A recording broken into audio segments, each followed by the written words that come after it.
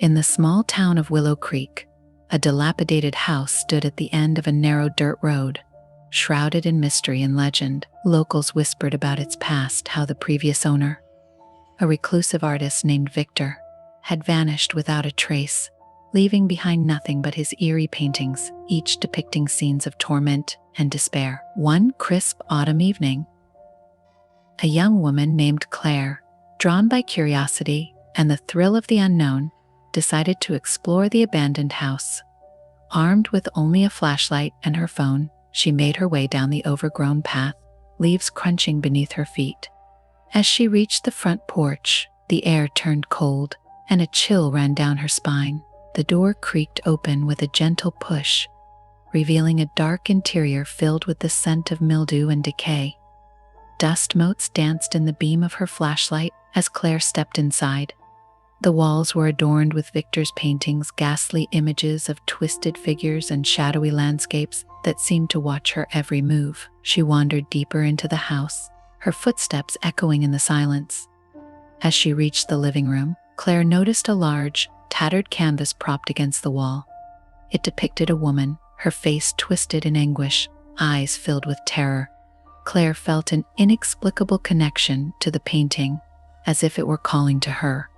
Suddenly, the temperature dropped even further, and Claire's breath became visible in the air. The faint sound of a piano playing echoed through the halls, an eerie melody that seemed to resonate with the despair captured in the paintings.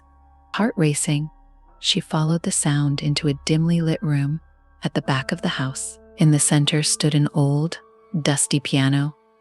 The keys moved on their own, playing a haunting tune that sent shivers down her spine. Claire's eyes darted around the room, searching for the source of the music. As she stepped closer, she noticed a shadowy figure emerging from the corner, its features obscured by darkness. "Leave this place," it whispered, its voice echoing with 1,000 tormented souls. Claire's heart raced as she stumbled backward, the shadow looming larger. The figure pointed towards the door, and the temperature dropped even more, suffocating her with an overwhelming sense of dread. She turned to run, but the door slammed shut.